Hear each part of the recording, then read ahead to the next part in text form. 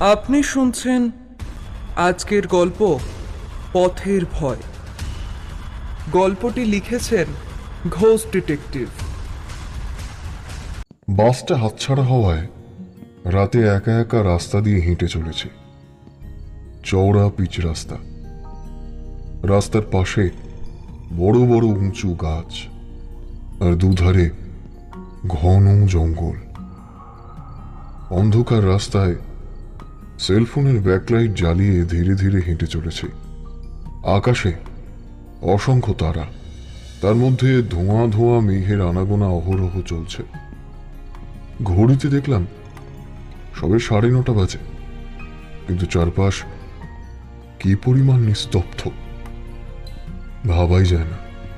কোন আক্কেলে যে হেঁয়ালি করে এই বাস স্টপে গেলাম। আমার মতো আস্ত গাধা বোধ হয় পৃথিবীতে দুটো নেই। মনেই ছিল না রাত 9টার বাসই শেষ বাস। এরপর আর কোনো ঘুমঘুমিগামী বাস নেই। রাগ করে আর লাভ কি? যা হবার হয়েই গেছে। একবার সামনে পিছনে তাকালাম, কোনো জনমানবের চিহ্ন নেই। ঠিকই তো, এখানে কে খামোকা এখন বেড়াতে আসবে? মৃদু মন্দ মন্দ মধুর হাওয়া বয়ে যাচ্ছে, তার উপর ছন্দ মিলিয়ে গাছের পাতার শিট শব্দও ভেসে আসে। আশেপাশে জঙ্গলের ঝোপ দেখে মনে ভয় হয়, যদি কোনো হিংস্র প্রাণী থেকে থাকে আক্রমণ করলে আমি একা এই স্থানে প্রায় অসহায়। মাঝে মাঝে ওই জায়গাগুলো থেকে নানা রকম উৎকট শব্দও ভেসে আসছে। 10-15 মিনিট হাঁটার পর রাস্তার পাশে একটা আলো দেখতে পেলাম, বৈদ্যুতিক আলো। আলোটা স্থির হয়ে আছে।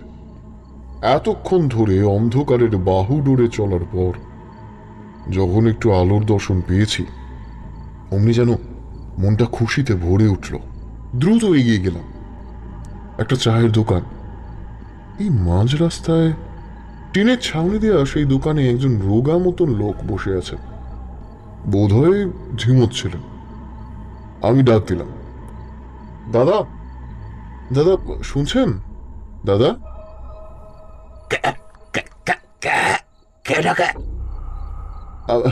এই যে আমি। দেখে তো জ্যান্তাই মনে হচ্ছে। তা কি বিপদে পড়লে নাকি? বাহ, না বলতেই জেনে গিয়েছেন। হ্যাঁ, অনেক বছর ধরে এই দোকানে বসি। কত বছর কত রকম অভিজ্ঞতা যে আমার হয়েছে সেইটা আমি কি বলবো। আচ্ছা, বুঝতে পেরেছি। মানে এর আগেও অনেকে আপনার দোকানে এই মাঝ রাস্তায় বিপদে পড়ে এসেছে, তাই না? হ্যাঁ, এসেছে। ও আচ্ছা, ঘুমঘুমি তো এখন অনেক দূরে, আর পারছি না। শেষ বাসটা ধরতে পারলাম না। একটু জল আছে দিন তো। একটু হেঁটে হেঁটে ক্লান্ত হয়ে পড়েছে। লোকটা আমার দিকে কেমন অদ্ভুত ভাবে তাকিয়ে উঠল। আমি অবাক হলাম। কি হলো দাদা? লোকটা আমার দিকে এক গ্লাস জল এগিয়ে দিল। তুই তো এই রাস্তা দিয়ে এতক্ষণ ধরে যে হেঁটে আসছো, তোমার সাথে কিছু হয়নি? ধন্যবাদ। কি হবে বলুন তো আমার সাথে? তারা ধরেনি, কোন রকম বিরক্ত করেনি? মানে কারা? চোর ডাকাত? আমাকে ধরলে দুটো জামা কাপড় ছাড়া আর তেমন কিছু পেত না। কথাটা বলে আমি সামনের বেঞ্চিতে একটু বসলাম। হাঁটতে হাঁটতে পা দুটো ধরেছে, আর পারছিও না দাঁড়িয়ে থাকতে। চোর ডাকাতের ভয় এখানে নেই। তাহলে ওই ওই আত্মারা। আত্মা? মানে ভূত? আরে বাবা, আস্তে আস্তে। তেনাদের নাম অত জোরে জোরে বলতে নেই, শুনে ফেলবেন ওনারা। আপনি তো রসিক লোক দাদা। ভূত প্রেত তো এখনকার দিনে চলে না, আর যদি চলে তাহলে যাদের মাথায় গন্ডগোল আছে তারাই শুধু শুনবে। হাসানোর জন্য আর তেমন কিছু পেলেন না। আমি সত্যি বলছি, এই বুড়ো বয়সে আপনার সাথে এই রাত্রিরে আমি মিথ্যে বলতে যাব কেন? আমি লোকটার দিকে তাকালাম, আর হঠাৎই একটা দমকা হাওয়া উঠে উপরের স্থির আলোটাকে নাড়িয়ে দিল। আহ, দাদা, এখানে যে ভূত আছে জানলেন কেমন করে? আমি নিজেই তাদের হাতে মরতে মরতে বেঁচে গিয়েছিলাম। মানে বুঝতে পারলাম না। সে অনেক ঘটনা। ঘটনাটা বলা যায়? মানে বললে আমারও ভালো লাগতো। তুমি যখন নিজেই শুনতে চেয়েছ তাহলে বলবো। বলুন তাহলে। আচ্ছা, বলছি, শোনো। সে অনেক বছর আগের কথা, প্রায় বছর 20 হবে। আমার তখন 25 বছর মতো বয়স। এখানে সেখানে কাজ করছি, তো প্রায় কয়েকদিন অনেক ছুটোছুটি করার পরে একটা তেল কোম্পানির ট্রাকের ড্রাইভার হলাম। রাত্রিকালীন ড্রাইভার। দিনে না, রাতেই আমার ডিউটি। ভালোই মাইনে পেতাম। যা পেতাম তার থেকে অল্প কিছুটা নিজের কাছে রেখে বাকিটা বাড়িতে পাঠিয়ে দিতাম। সেই রাত 10টা-11টার দিকে ট্রাকে করে তেল বিভিন্ন জায়গায় পৌঁছে দেওয়ার কাজ শুরু হতো। বেশ ভালোই যাচ্ছিল দিনগুলো। আমার সহকর্মীরাও সবাই ভালো ছিল। মদ খেতে দেখিনি কখনো। মালিক পক্ষ ভালো ছিল। একদিন ওপর থেকে আদেশ এলো, তেলের বড় ক্যানগুলো ঘুমঘুমির গোডাউনে জমা রাখতে হবে। সব তেল রাখার গোডাউনগুলো নাকি ভর্তি হয়ে গেছে। তো আমি চটপট তৈরি হচ্ছি আদেশ পালনের জন্য। আগে সব সময় আমার সাথে একজন বা দুজন থাকতো, কিন্তু সেদিন আমার সাথে কেউ ঘুমঘুমি যাওয়ার কাজ পায়নি। মানে আমি সেদিন একা। সেদিন ছিল শ্রাবণ মাসের রাত।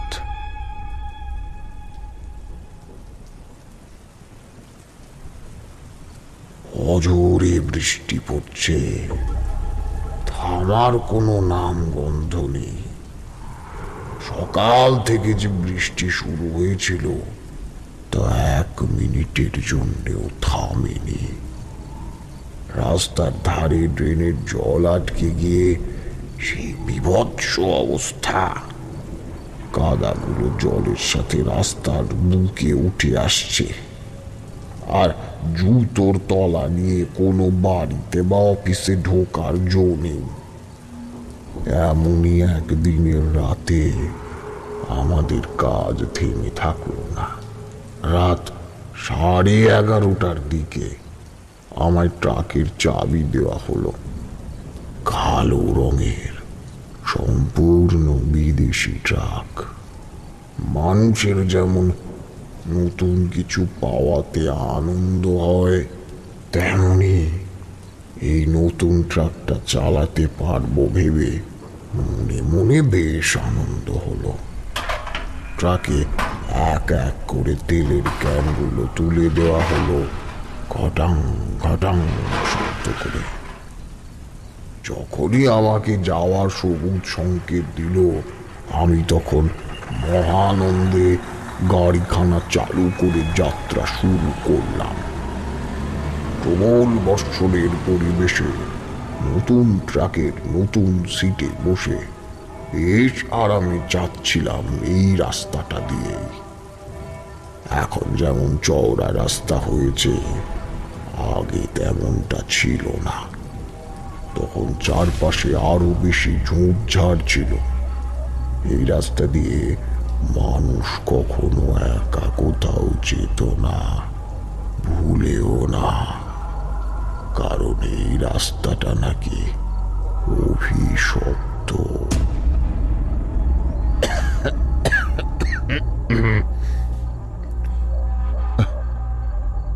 অভিশপ্ত মানে কি কারণে অভিশপ্ত দাদা?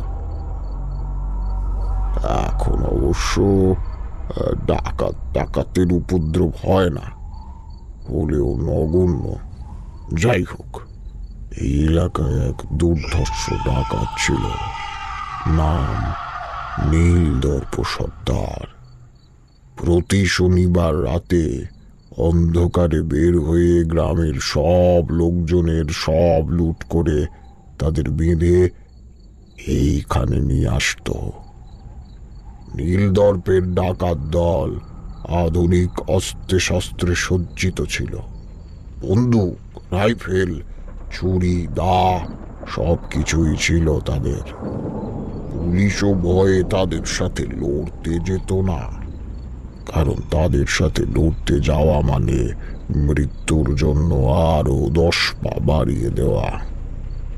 সাক্ষাৎ যমদূত ছিল এই নীলদর্প ডাকাত, আর ছিল ভীষণ দয়া মায়াহীন। যাদের যাদের বাড়িতে লুট করা হতো সেই সব বাড়ির প্রত্যেকটা সদস্যকে ধরে এনে এই রাস্তার মাঝে খুন করে ওই পাশের ঝোপঝাড়ে ফেলে দিত। পরের দিন পুলিশ এসে কিছু লাশ উদ্ধার করত, আর কিছু খুঁজেই পেত না। এমন ভাবে মৃত্যু বাড়তে বাড়তে এমন এক পর্যায়ে পৌঁছয় যে গ্রাম জনমানব শূন্য হয়ে যাচ্ছিল। তখন পুলিশ অতুষ্ট হয়েছে, বিশাল পুলিশ বাহিনী আর গ্রামবাসীদের নিয়ে নীলদর্পের আস্তানায় হানা দিয়েছে। সকলে ধরা পড়লেও নীলদর্প পালিয়ে যেতে সক্ষম হয়।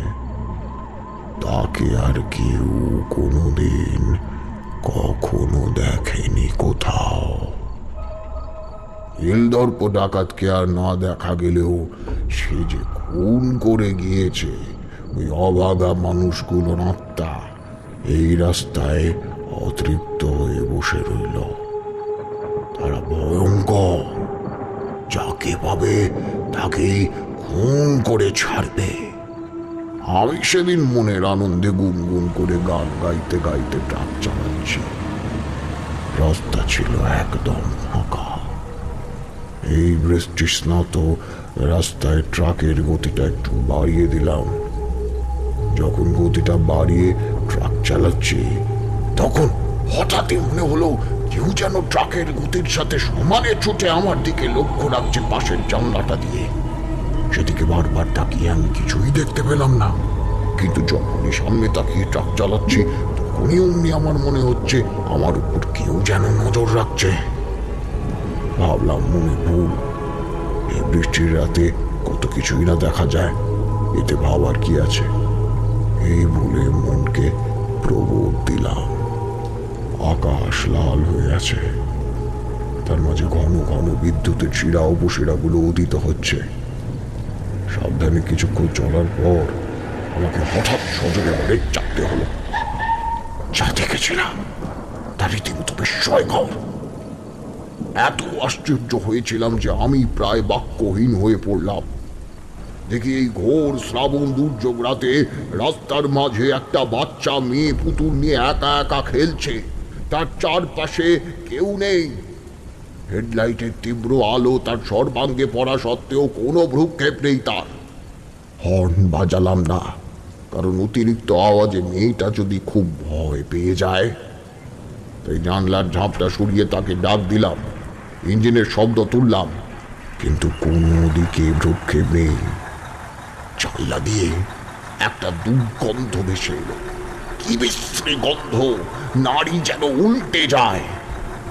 কিছুক্ষণ বসে বসে ভাবছিলাম, এই মেয়ের মা বাবা আছে তো? এই এত রাতে বৃষ্টির মধ্যে মাঝ রাস্তায় কিভাবে সাহস করে বসে আছে? আমি দেখে তো ব্রেক চাপলাম, কিন্তু অন্য চালকরা যদি না দেখেই গাড়ি চালায় তাহলে তো ঘাতেই মেয়েটার মৃত্যু হবে। ছাতা মাথায় নিয়ে আমি ট্রাক থেকে নামলাম। হেডলাইটের আলোর জন্য তাকে স্পষ্ট বুঝতে পারছি। এত বৃষ্টি, আমি নামতে না নামতেই আমার প্যান্টটা হাঁটু অব্দি ভিজেই গেল। আমি মেয়েটার কাছে গেলাম। কি কি বুঝছো? সে তাকালো না, সাড়াও দিল না, আপন মনে খেলে চলেছে। বৃষ্টির আঘাতে তার শরীর পুরো ভিজে একাকার। তার লম্বা চুলের জন্য তার মুখটা ঢাকা পড়ে আছে। এই এক টুকরো মেয়েকে কে ভাবে ফেলে গেল? বোকার মতো আমি তখন শুধু এই ভাবছি। নিজে ভিজে তার মাথার উপর ছাতা ধরলাম, প্রশ্ন করলাম, হেসে হেসে ভয়ও দেখালাম। কিছুতেই কিছু হয় না। মেয়ে তো আমি জীবনে দেখিনি বাপু। তার হাতে কয়েকটা আঘাতের চিহ্ন দেখলাম। শুধু শুধু আর প্রশ্ন করলাম না। এইদিকে দুর্গন্ধটা এবার বেশ প্রকট। বাধ্য হয়ে নাকে রুমাল চাপা দিলাম। ঠিক এই সময় ধারে কাছে অপ্রত্যাশিত ভাবে এক বজ্রপাত হল। আমি ভয় চমকে উঠলাম। আর মেয়েটা এমন করে যেন কেঁদে উঠল।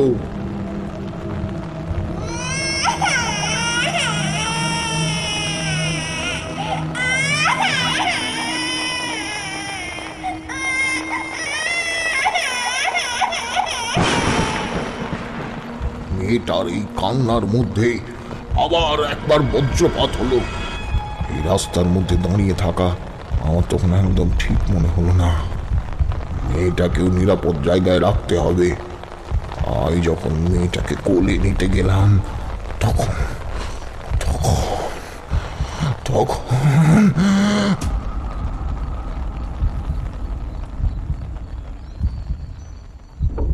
দাদা দাদা তখন তখন কি তখন কি? লোকটা কিছুক্ষণ চুপ করে রইল, তারপর আমার দিকে তাকালো। যখন মেয়েটাকে কোলে নিতে গেলাম তখন টের পেলাম এরই মধ্যে আমার পাশে আর একজন এসে দাঁড়িয়েছে। সে যে কখন কোথা থেকে এলো আমি একটুও বুঝতে পারলাম না। আমি ভয় পেলাম। সে আমার কাঁধটা খুব জোরে খামচে ধরলো। আমি ব্যথায় মৃদু আটকে উঠলাম। এই বৃষ্টির মধ্যেও তার হাতের শীতল স্পর্শ বুঝতে পারছিলাম। বরফের মতো ঠান্ডা সে হাত, রগরগে গলায় আমার দিকে গম্ভীরভাবে তাকিয়ে আছে। বাচ্চা চুরির মতলব বুঝে। কথাটা শুনে আমি ভীষণ রেগে উঠলাম। তার দিকে উঠে দাঁড়ালাম। আজব তো, না চিনে না জেনে কি সুন্দরভাবে বলছেন বাচ্চা চুরির মতো। হ্যাঁ, সেই লোকটার মুখ কাগজের মতো সাদা, খাড়া নাক আর মোটা কোপ, খুব লম্বা রোগা মানুষ। আমার কথাটা শুনে সে কেমন অদ্ভুত ভাবে হেসে উঠল।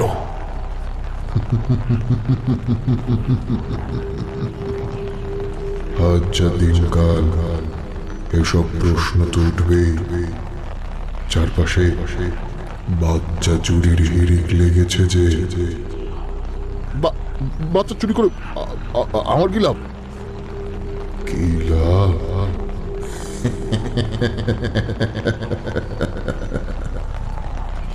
হাতের মধ্যে যখন কড় করে টাকার নোট গুঁজে দেওয়া হবে তখন লাভ হবে না?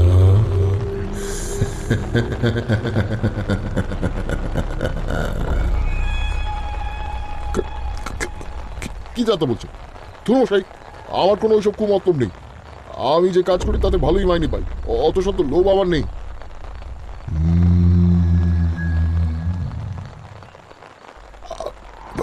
আচ্ছা, আপনি এই মেয়েটাকে চেনেন? এই মাঝ রাস্তায় বৃষ্টির দিনে এখানে একা একা বসে খেলা করছে? আমি তখন মেয়েটার দিকে তাকালাম। এতক্ষণে মৃদু স্বরে হঠাৎ সে গান করতে শুরু করেছে। মেয়েলি কণ্ঠে গান শুনে আমি চমকে উঠলাম, কারণ তার গলা অন্য সব বাচ্চাদের মতো নয়, কেমন একটা মিশ্রিত গম্ভীর গলা।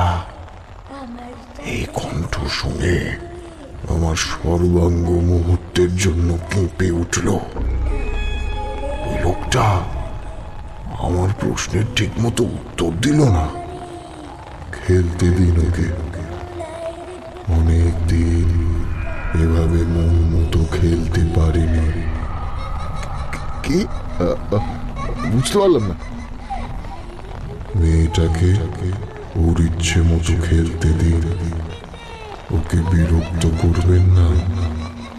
যদি বিরক্ত করেন তাহলে আপনাকে ভীষণ দুর্ভোগ সহ্য করতে হতে পারে।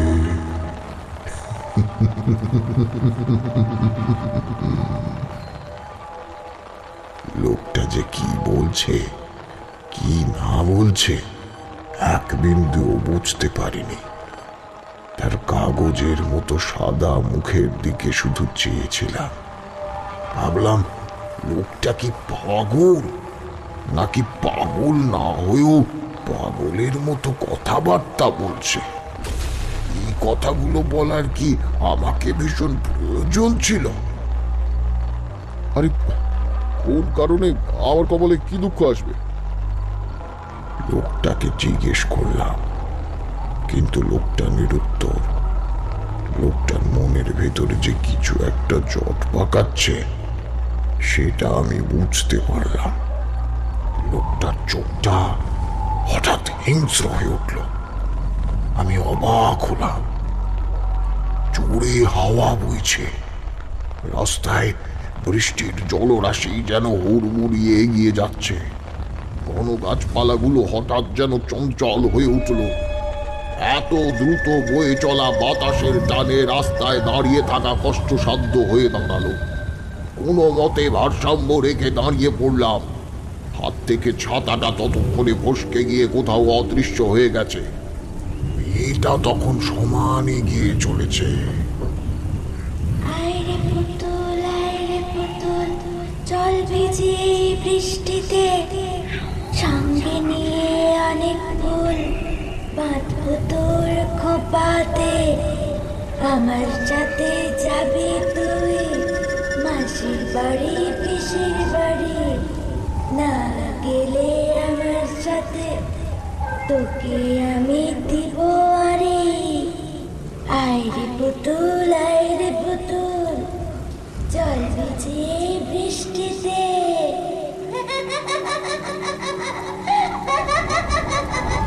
আইরে পুতুল, জল ভিজিয়ে বৃষ্টিতে।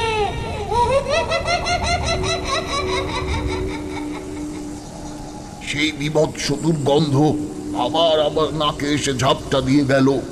বৃষ্টিতে দাঁড়িয়ে সময়ের পর সময় ভিজে চলেছি।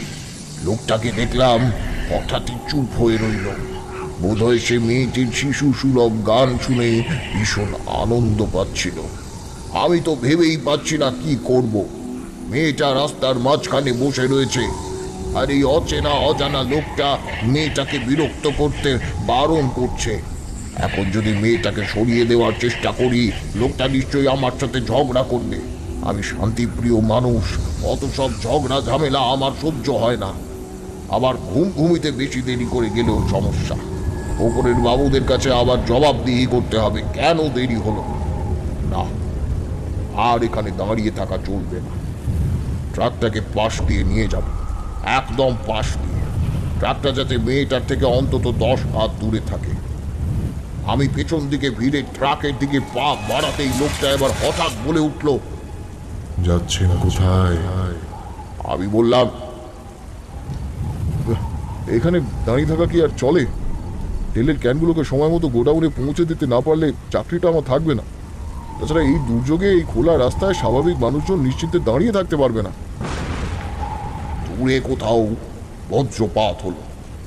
তখন দেখলাম আমার কথা শুনে লোকটা যেন কেমন করে হাসলো। আমার মনে ধারণা হলো লোকটা বোধহয় পাগল, আর এই মেয়েটাও। বাচ্চাদের মনে ভয় ডর বলে একটা জিনিস থাকে। সব কিছুতেই বলতে গেলে তাদের একটা স্বাভাবিক ভয় থাকে। এত ঘন ঘন বজ্রপাত হচ্ছে, আর তার সাথে প্রচন্ড হাওয়া। আমার মতো একজন পরিণত মানুষ ভয়ে মরে যাচ্ছে, তাহলে বাচ্চাদের তো কথাই নেই। আর এই লোকটা রাস্তায় দাঁড়িয়ে দাঁড়িয়ে তামাশা দেখছে। নিশ্চয়ই পাগলখানা থেকে পালিয়ে এসেছে লোকটা। এইসব ভেবে আমি তখন যথেষ্ট বিরক্ত। এমন আজব লোক যে পৃথিবীতে আছে আমি জানতাম না। সিটের ওপর একটা বড় প্লাস্টিক বিছিয়ে নিলাম। আমার সারা গা ভিজে গেছে, জল পড়ছে। গিয়ার তুলে ট্রাকের চাকা ঘোরালাম। ইঞ্জিনের আওয়াজ এই ভারী বৃষ্টির শব্দের কাছেও হার মানছে। একদম পাশ দিয়ে নিখুঁতভাবে তাদের পেরিয়ে গেলাম। হেডলাইটের আলো তাদের অগ্রাহ্য করে সামনে গিয়ে পড়ল। ট্রাকের গতি কমিয়ে চালাচ্ছি। যদি সামনে আবার এই রকম আজব প্রাণী নির্বোধের মতো রাস্তার মাঝে বসে থাকে। আমার মনের মধ্যে তখন সেই মেয়েটার ছড়া গান বেজে উঠছে।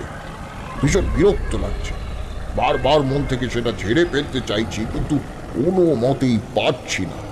শেষে অকারণে হর্ন বাজাতে শুরু করলাম। যদি হর্নের শব্দটা শুনে স্টিয়ারিং এর দিকে খেয়াল হয়। প্রায় আধ ঘন্টা চলার পর একটা মাখ পড়ল। ততক্ষণে বৃষ্টি অনেকটাই কমে গেছে। ট্রাকটা রাস্তার উপর দিয়ে সশব্দে এগিয়ে চলেছে। একটু গুনগুন করে গান গাওয়া শুরু করলাম। মাঠটা নিরাপদে পেরিয়ে গেলাম। একটু জল তেষ্টা পেয়েছে। পাশেই বোতল ভর্তি জল রাখা আছে। বোতলটা নিতে গিয়েই চাপা আর্তনাদ করে চমকে উঠলাম। ওই বিস্মিত হয়ে আতঙ্কে কাঠ হয়ে গেলাম। পাশের সিটে একজন স্ত্রীলোক বসে আছেন। নববধূর মতো লাগছে। পরনে লাল শাড়ি, হাতে আর গলায় সোনার চুড়ি আর গয়না। তার হাতের তালুতে আলতা লেগে আছে, কিন্তু সে হাত যেন আগুনে ঝলসে গেছে। ঘোমটা একদম গলা পর্যন্ত নামিয়ে দেওয়া। স্থির হয়ে বসে আছে, এক বিন্দুও নড়ছে না। দেখে মনে হবে লাল শাড়ি পরা একটা পুতুল বসে আছে। তার কোলের ওপর বোধহয় একটা ছোট্ট সিঁদুরের কৌটো। কিছুক্ষণ চুপ করেছিলাম। এই গভীর রাতে একজন স্ত্রীলোক যে আমার পাশের সিটে বসে আছে, তাতে আমি বিস্মিত। আমার ভীষণ ভয় করল। উনি কি আমায় চেনেন? কখন উঠলো, আর উঠলোই বা কেন? আমার মন বড্ড প্রশ্ন কাতুরে। কোনো কিছু দেখলেই প্রথমে সেটার সবকিছু নিয়ে প্রশ্ন জাগে, তারপর তার বিচার। ট্রাকটার গতি আরো ধীর করলাম। সোজা রাস্তা, পাশে গাছের সবুজ পাতা পড়ে আছে। স্টিয়ারিং হালকা পাতলা নাড়িয়ে এই রহস্যময় স্ত্রীলোকটিকে জিজ্ঞাসা করলাম, আপনি কে? কে আপনি? ভেবেছিলাম উনি হয়তো উত্তর দেবেন না, কিন্তু আমি মিথ্যে প্রমাণিত হলাম। ঘোমটার ভেতর থেকে একটা ভারী মেয়েলি গলা ভেসে এলো।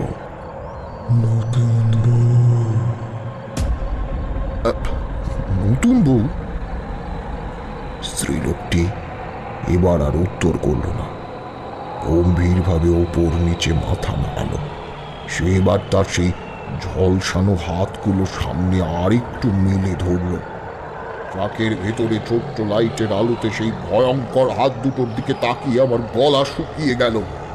এরকম হাত কি কোনো সাধারণ মানুষের হাত হতে পারে? হাতের শিরা উপশিরাগুলো মারাত্মকভাবে ফুলে আছে। পুরা হাতের মাংসগুলো ফেটে গিয়েছে জায়গায় জায়গায়, আর ফেটে যাওয়া মাংসের ভেতর থেকে হলদেটে সাদা কিছু আচ্ছা ভাবে বোঝা যাচ্ছে। বুঝলাম সেটা হাড়। আমি তখন ভীষণ ভয় পেয়েছি। হাতের অবস্থা এমন কি করে হলো? তলে পড়ে গেছে, পড়ে গেছে। ভয়ঙ্কর ভারী তন্দ্রাচ্ছন্ন সে গলায় চাপা মৃদু কান্নার সুর। বৃষ্টি এখন টিপ টিপ করে পড়ছে। অনেক দূরে মেঘের মধ্যে বিদ্যুতের শিরা উপশিরা দেখতে পেলাম। মাঝে মাঝে প্রচন্ডভাবে কিছু সময় পর পর বাতাস বইছে।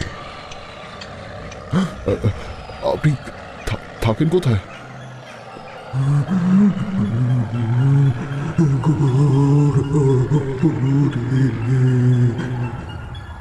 গৌরবপুর? তবে এখানে কেন?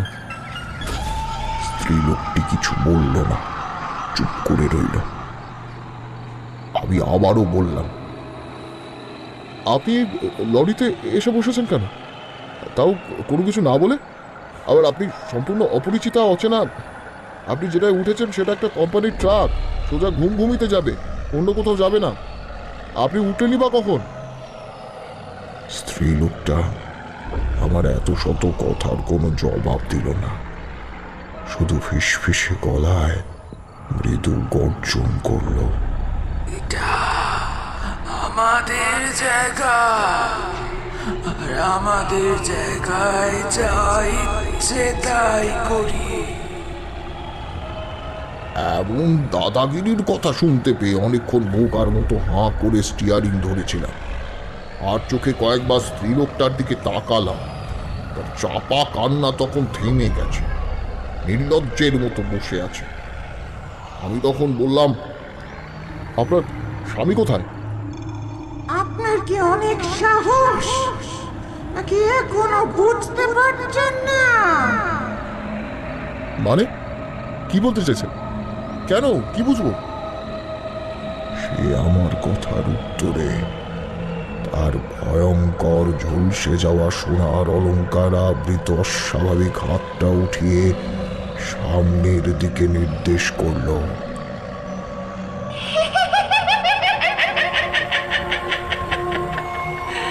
সামনে দেখুন। স্ত্রীলোকটির কথা মতো সামনে তাকাতেই প্রবল আতঙ্কে আমি আর স্টিয়ারিং এর উপর নিয়ন্ত্রণ রাখতে পারলাম না। স্টিয়ারিং ঘুরে গিয়ে রাস্তার পাশে একটা মোটা গাছের সাথে ট্রাকটার ধাক্কা লাগলো। ভাগ্যিস গতিটা একদম ধীর করে নিয়েছিলাম, না হলে আর আমি বাঁচতামই না।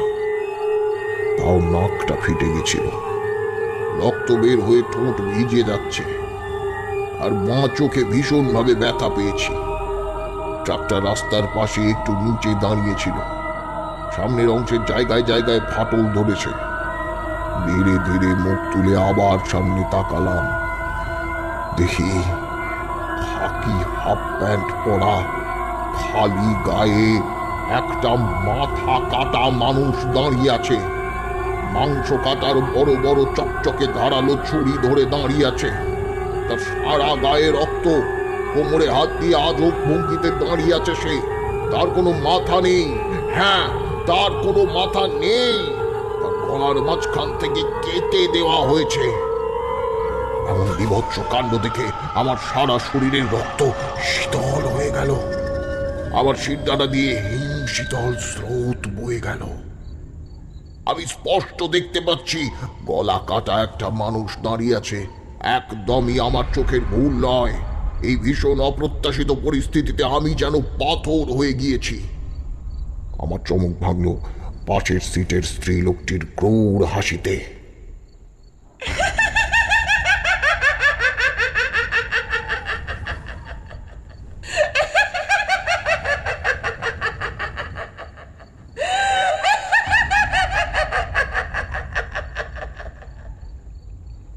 সে কি ভীষণ হাসে! আমি পাশে তাকালাম। স্ত্রীলোকটি ট্রাকের ভেতর নেই, সে বাইরে দাঁড়িয়ে জানলা দিয়ে মুখ বাড়িয়ে আছে। আমি তখন ভয়ে, বিস্ময়ে, আতঙ্কে একেবারে পাথর। আপনি আপনি বাইরে গেলেন কেমন করে? কেন এখনো বুঝতে পারছেন না বুঝি?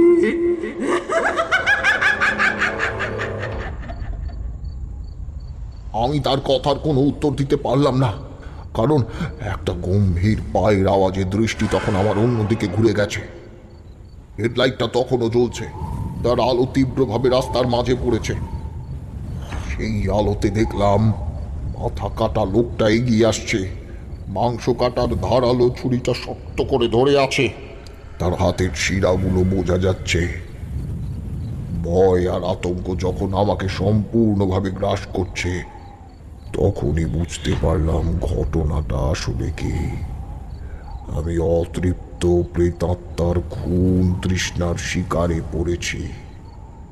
এবার আমি ট্রাকের দরজাটা খোলার চেষ্টা করলাম, খুলছে না। অসহায়ভাবে পাশে তাকিয়ে দেখলাম ঘোমটা দেওয়া স্ত্রীলোকটি আর সেখানে নেই। মাথা কাটা লোকটা একটু একটু করে এগিয়ে আসছে। আর সহ্য হলো না, জোরে মারলাম এক লাথি। ধরাম করে দরজাটা খুলে গেল। আমি এক লাফে ট্রাক থেকে নিজেকে মুক্ত করলাম। আফসোস হলো, কারণ সেই মেয়েটির প্রতি স্নেহ দেখাতে গিয়ে এই অভিশপ্ত রাস্তার বাসিন্দাদের হিংস্র নজরে পড়েছি। আমার মনের মধ্যে ভয়ের রাজত্ব থাকলেও তার মধ্যে ভয় বিরোধী কিছু সাহসের অস্তিত্ব রয়েছে। তাই এই মাথাহীন প্রেতাত্মাকে দেখে ভয়ে ঊর্ধ্বশ্বাসে ছুটে না গিয়ে আমি সোজা হয়ে দাঁড়ালাম। কে করলো এমন? কি চান? বলা শেষ করতেই পাশ থেকে স্ত্রী কণ্ঠস্বর ভেসে এলো। সেই স্ত্রীলোক। ওভাবে বললে হবে না, এখানে আসুন, তারপর যা জিজ্ঞেস করার করুন।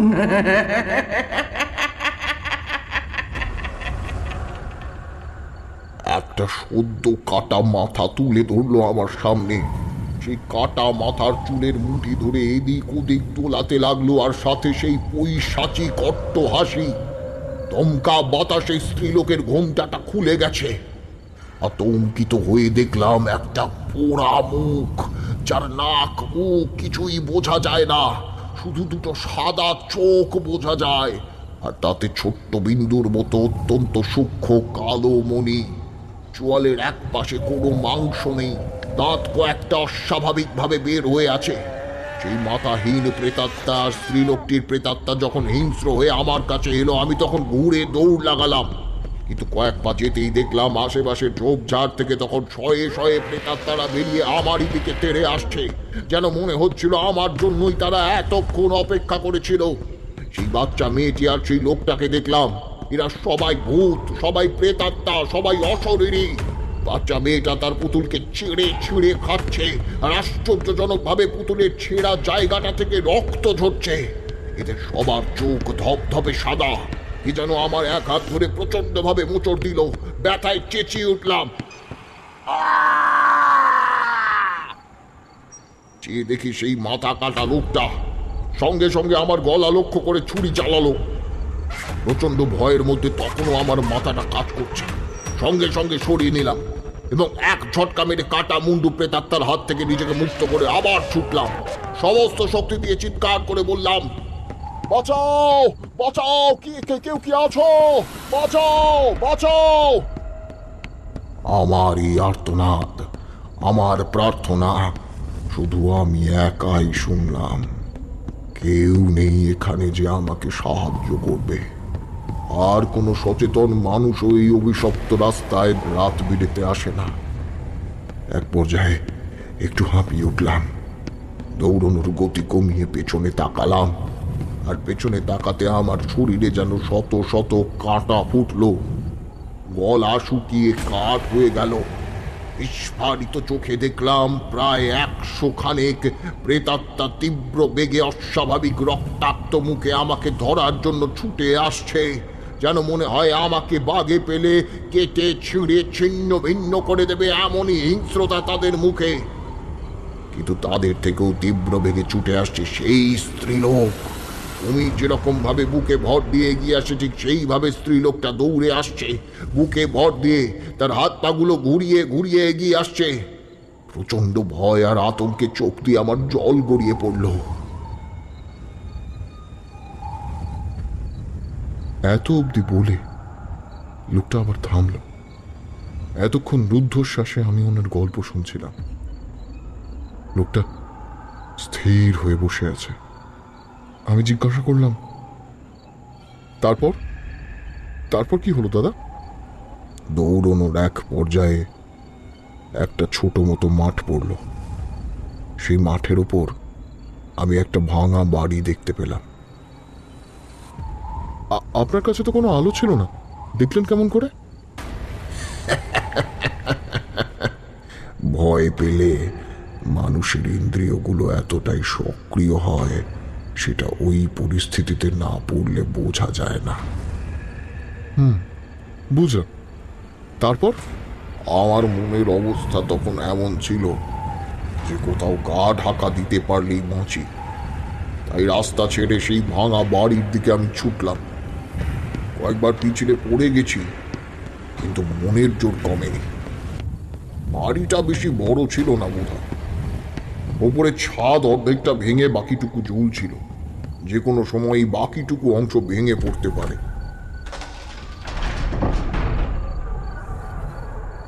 বড় বড় পা ফেলে বাড়িতে এসে ঢুকে অন্ধকারে একটা জায়গায় চুপ করে বসে রইলাম। প্রায় 15 মিনিট একইভাবে বসে রইলাম। কোনো আওয়াজ পাচ্ছি না তো। মনে একটা আতঙ্ক তৈরি হলো। কোনো ভয়ানক খুনির সামনে পড়লে যেমন আতঙ্ক তৈরি হয়, তার থেকেও বেশি। প্রায় বেশ খানিকক্ষণ এইভাবে চুপচাপ বসে থাকার পর হঠাৎ অপ্রত্যাশিত এক অপ্রাকৃতিক অনুভূতি হতে লাগলো। তখন গাঢ় অন্ধকার আমাকে জাপটে ধরেছে। আমার মনের ভেতরে একটা অস্বস্তির ভাব জেগে উঠল। কিছুই দেখতে না পেলেও আমার বাকি ইন্দ্রিয়গুলো তখন বলছে এই বাড়িতে আমি ছাড়া দ্বিতীয় জনের উপস্থিতি রয়েছে, আর সে আমার পাশেই আছে, আমাকে দেখছে সে। কিন্তু অন্ধকারের কঠোর প্রাচীর ভেদ করে কোনো কিছু সচক্ষে দেখা তখন আমার কাছে অসম্ভব হয়ে দাঁড়িয়েছে। বাড়িটা অত বেশি বড় নয়, আবার অত ছোটও নয়। পুরো পরিত্যক্ত বাড়ি যাকে বলে আর কি।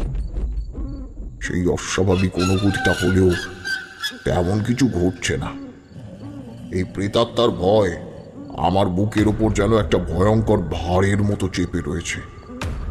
যতই নিজেকে শান্ত রাখার চেষ্টা করি, ততই যেন ভয় মাদকের নেশা আমার প্রয়াসকে ভেঙে গুঁড়িয়ে দিচ্ছে। হঠাৎ পাশ থেকে আবারও একটা শব্দ শুনলাম, আর আরো জড়সড় হয়ে গেলাম। শব্দটা কেমন অদ্ভুত শব্দ। তার কিছুক্ষণ পর মেঘের অন্ধকার বুকের অন্তরাল থেকে প্রচন্ড দ্রুতগামী আলোর বিচ্ছুরণ হলো। সেই ক্ষণিকের বিদ্যুৎ ঝলকানিতে দেখলাম আমার থেকে মাত্র 3 আঙুল তফাতে কালো মানুষের ছায়ার মতো কিছু একটা বসে আছে। ইন্দ্রদেব দয়া করে আবার পৃথিবীর বুকে বিদ্যুৎ ছুড়ে মারলেন। স্পষ্ট দেখলাম সেই কালো ছায়াটা এখন লাল শাড়ি পরে ঘোমটা টেনে ঝলসানো হাত দুটো কোলের উপর রেখে জড়সড় হয়ে বসে আছে। আর কিছু দূরে সেই বাচ্চা মেয়েটা রক্তমাখা মুখে আমার দিকে যেন চেয়ে আছে। আমার হৃৎপিণ্ড ইতিমধ্যে বুকের প্রাচীরের বন্ধন থেকে মুক্ত হওয়ার জন্য যেন বিদ্রোহ ঘোষণা করেছে। আমার ভয়হীন সূর্য তখন পাহাড়ের পাদদেশে অস্ত গেছে। তৎক্ষণাৎ আমার যুবক বয়সের সমস্ত ধৈর্য সাহসিকতা কবরের নিচে চাপা পড়ল। শুধু বুঝলাম এইখানে আশ্রয় নেওয়াটা মূর্খের মতো কাজ হয়েছে। নিজের পায়ে নিজেই কুড়ুল মেরেছি। তবে সৌভাগ্যক্রমে 4 হাত দূরে একটা ভাঙা জায়গা ছিল, যেটা দিয়ে অনায়াসেই আমার এই পাতলা শরীরটাকে বের করতে পারবো। পশ্চাৎ দেশে আর হাতে ভর দিয়ে অত্যন্ত নিখুঁত নিঃশব্দে একটু একটু করে পেছনে সরছিলাম। আমার নৌকো ডুবে গেলেও সাঁতরে অন্তহীন জলরাশির মধ্যে এক টুকরো ভূখণ্ড দেখার অসম্ভব প্রয়াস। কিন্তু সেই ভূখণ্ড কখন আমার পায়ের কাছে এসে ঠেকবে সে সময় জ্ঞান আমার ধারণার বাইরে। এই 4 হাত দূরত্ব অতিক্রম করতে গিয়ে প্রায় 20 মিনিটের মতো সময় লাগলো। এতই আস্তে আস্তে যাচ্ছিলাম কারণ আমার তখন মনে ভয়, যদি তারা কোনো রকমে টের পেয়ে যায়। কিন্তু গিয়েও লাভ হলো না, কারণ কয়েকটা অশরীরী 180 ডিগ্রি মাথা ঘুরিয়ে বিকৃতভাবে চলাচল করছে। কিছুটা দূরে দেখলাম সেই মাথা কাটা ভূতটা তার হাতের অস্ত্র দিয়ে কাকে যেন অহরহ কোপাচ্ছে, আর সেই সাথে উঠে আসা রক্ত তার সর্বাঙ্গে ছিটিয়ে পড়ছে বিচ্ছিন্নভাবে। তার মাথা না থাকলেও দেহের ভাবভঙ্গি দেখে মনে হয় সে এক পৈশাচিক আনন্দ পাচ্ছে। তাদের হাবভাব দেখে আমার বেশ অবাক লাগলো। তারা হয়তো নিশ্চয়ই জানে আমি এখানে আছি, কিন্তু তা সত্ত্বেও কোনো আক্রমণ বা তেড়ে ধরতে আসছে না কেন? তাদের কি কোনো উদ্দেশ্য আছে নাকি? এরই মধ্যে আবার একটা কান্নার শব্দ ভেসে এলো, একটা বাচ্চার কান্না।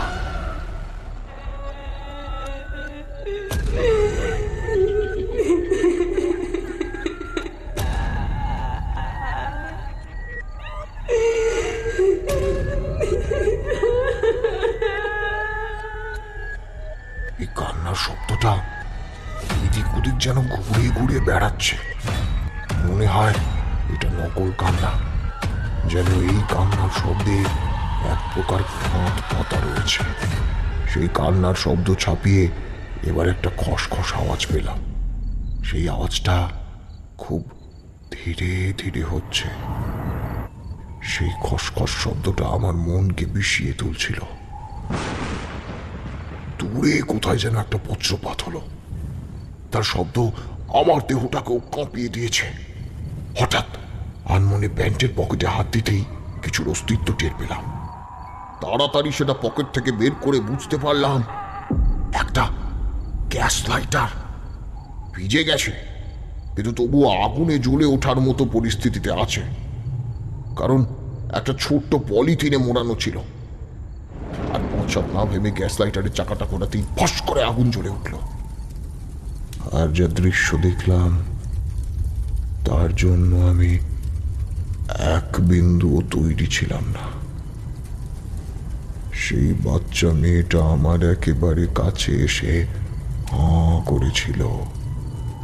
তার নিকড়ের মতো দাঁতগুলো আর কয়েক সেকেন্ড পরেই গলায় বসিয়ে আমার কণ্ঠনালী সজোরে টেনে ছুঁড়ে দিত। আর সেই স্ত্রীলোক উল্টো পা নিয়ে হাওয়ায় ঝুলে আছে। আগুনটা জ্বলতেই বাচ্চা মেয়েটা পিছু হটল। তারপর হঠাৎ দেওয়াল বেয়ে মাথাটা সম্পূর্ণ পিছনে ঘুরিয়ে আমার দিকে কোন নজরে চেয়ে রইল। সেই স্ত্রীলোকটা হাওয়া থেকে নিচে এসে দাঁড়ালো, তার উল্টো পা দুটো আগুনে ঝলসানো। আমি উঠে দাঁড়ালাম। গ্যাস লাইটারের সামান্য অগ্নিশিখা যেন আমার অস্ত যাওয়া সূর্যকে তেজে দীপ্ত করেছে, যেন আমায় হাস্যকরভাবে সাহস যোগাচ্ছে। কিন্তু এই মুহূর্তটা কয়েক মুহূর্তের জন্য। সেই স্ত্রীলোকটা তখন মাটি থেকে এক আঙুল উপরে উঠে আমার দিকে ধীরে ধীরে এগিয়ে আসছে। আমি তখন পাগলের মতো বলছি, এসো না, এসো না, কাছে কাছে এসো না, কাছে এসো না বলছি, আগুন লাগিয়ে দেবো, কিন্তু আগুন লাগিয়ে দেবো। আমার ওই সময় একটু সাবধান হওয়া উচিত ছিল। পেছনে কয়েকটা খসে পড়া ভাঙা ইটের টুকরো পড়েছিল, যেগুলোতে পা দিয়ে আমি উল্টো হয়ে মুখ থুবড়ে পড়লাম। আর গ্যাস লাইটারটা দূরে ছিটকে পড়লো। আর সঙ্গে সঙ্গে চারপাশটা অন্ধকূপ হয়ে উঠল, যেন এই অতৃপ্ত প্রেতাত্মাদের সাথে সাথে এই ভয়াল অন্ধকারও আমার ভয়ঙ্কর মৃত্যুর উদযাপন করতে চায়। তাই তারা আমাকে ঘিরে রাখছে বারবার। হাতে ভর দিয়ে সামান্য উঠে বসতেই একটা খসখসে শক্ত ঠান্ডা হাত আমার চুলের মুঠি ধরে পাশের দেওয়ালে টেনে নিয়ে আমার গলাটা টিপে ধরলো। এত জোরে গলাটা টিপে ধরেছিল যেন মনে হচ্ছিল যে আমি যেন দেয়ালের সাথে গেঁথে যাচ্ছি। ছটপট করতে লাগলাম, ভীষণ ছটপট। আমার জিভ বের হতে শুরু করেছিল, চোখ দুটো যেন ঠিকরে বেরিয়ে এলো। হাত পাগুলো এবড়ো খেবড়ো দেয়ালে ঘষা লাগার ফলে চামড়া ছিঁড়ে রক্ত বের হওয়া শুরু হয়েছিল। আমার নিজের অজান্তেই কেমন যেন একটা গোঙানি হতে লাগলো। সেই হাতটাকে চেপে ধরলাম, সর্বশক্তি দিয়ে টেনে গলা থেকে হাতটা একটু সরাতেই প্রাণপণে শ্বাস দেহের মধ্যে নিয়ে আবার সেই হাতটাকে টেনে ধরেছি। ভীষণ শক্তি সেই হাতে। হঠাৎ অপ্রত্যাশিতভাবে কেউ যেন মন্ত্র উচ্চারণ করলো।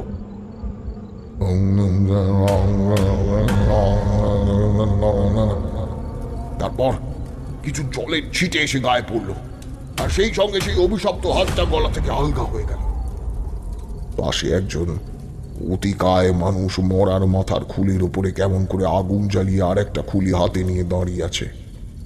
গর্জন করে আমায় বললেন, এদিকে আয় বাঁচা, এদিকে আয়। দৌড়তে পারলাম না, শক্তি যেন শেষ হয়ে গেছে।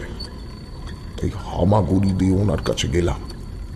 কিন্তু তিনি একজন তান্ত্রিক, ভয়ঙ্কর হলেও তিনি মানুষ। আলোটা উঁচিয়ে আমায় দেখলেন। চারপাশে ঘর ভর্তি প্রেতাত্মা, এক একজনের বিভৎস রূপ। কি ভয়ঙ্কর দৃশ্য, ভাষায় বর্ণনা করা অত্যন্ত কঠিন। আমি বললাম, আমায় বাঁচান, আমায় বাঁচান।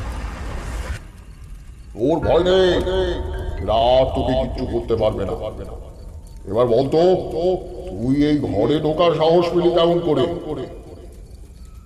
বলতে গিয়ে বারবার কথা জড়িয়ে যাচ্ছিল, যেন বোবা ভূত তান্ত্রিকের অলক্ষ্যে আমার উপর ভর করেছে। কোনো মতে ওনাকে বুঝিয়ে বললাম। সবটা শুনে উনি ভীষণ গম্ভীর হলেন। বুঝেছি, এখানে ভূত পেতনির দোষ নেই, দোষটা আসলে তো রাতের বেলা এই পথে কেউ যায়, অন্য রাস্তা আছে তো, ওখান দিয়ে যেতে পারলি না বেটা?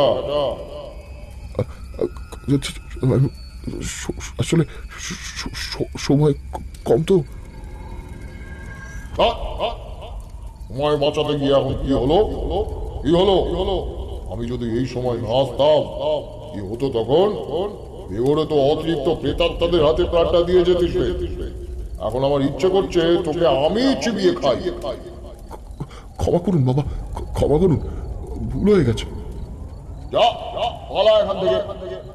তারপর সেদিনকার মতো সেখান থেকে তান্ত্রিকের কৃপায় পালিয়ে গেলেও সেই তান্ত্রিক বাবার সঙ্গ ছাড়লাম না।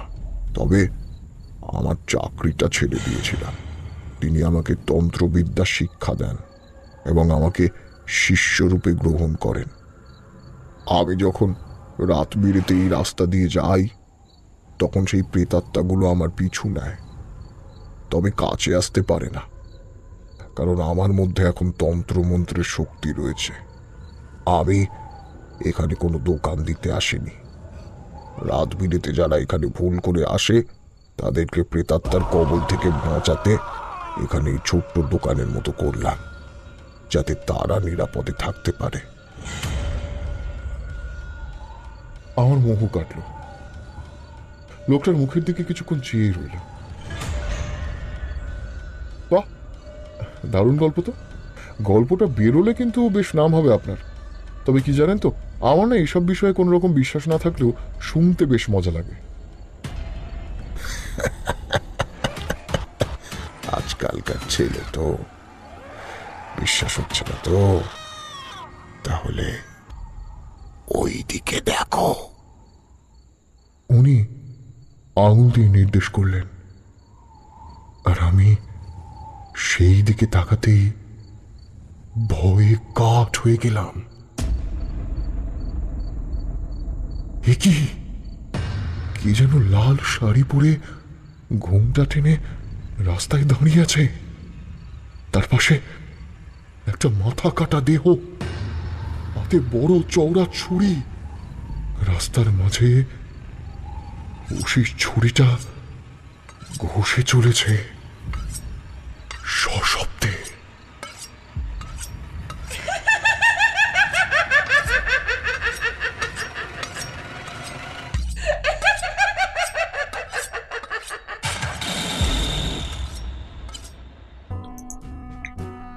গল্পটি যদি আপনাদের ভালো লেগে থাকে তাহলে গল্পটিকে অবশ্যই একটি লাইক করে আপনাদের মতামতটি কমেন্ট করে আমাদের জানাবেন। ধন্যবাদ।